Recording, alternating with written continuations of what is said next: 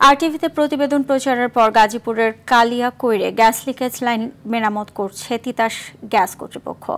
রোববার সংবাদ প্রচারের পর থেকে এই লাইন মেরামত করতে আসে সংশ্লিষ্টরা। এর আগে গত সপ্তাহে চন্দ্রা নায়গ্রা কারখানার পশ্চিম পাশে মহাসড়কে একটি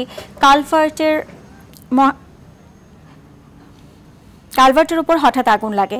এ সময় এক পথচারী আহত হন। কালভার্টের নিচ থেকে গ্যাস বের হয়ে আগুন জ্বলে বলে জানান স্থানীয়রা।